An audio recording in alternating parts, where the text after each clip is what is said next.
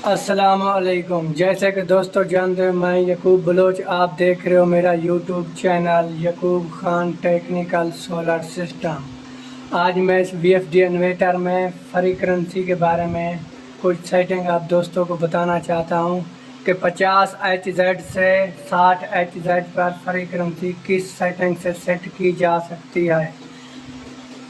Video start करने से पहले मेरे YouTube चैनल को सब्सक्राइब कर दो, बेल आइकन को भी दबा दो ताकि आने वाली हर वीडियो आपके साथ बआसानी पहुंचती रहे। चलते हैं वीडियो की जानिब। इस प्रोग्राम के बटन की मदद से प्रोग्राम का बटन दबाना पहले, फिर P0 में जाना है हमें।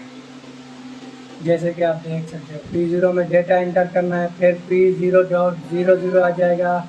फिर हमने जाना है P0.3 में, फिर डेटा इंटर करना है। ये 50 है तो इससे हमने शिफ्ट के बटन से 60 करना है।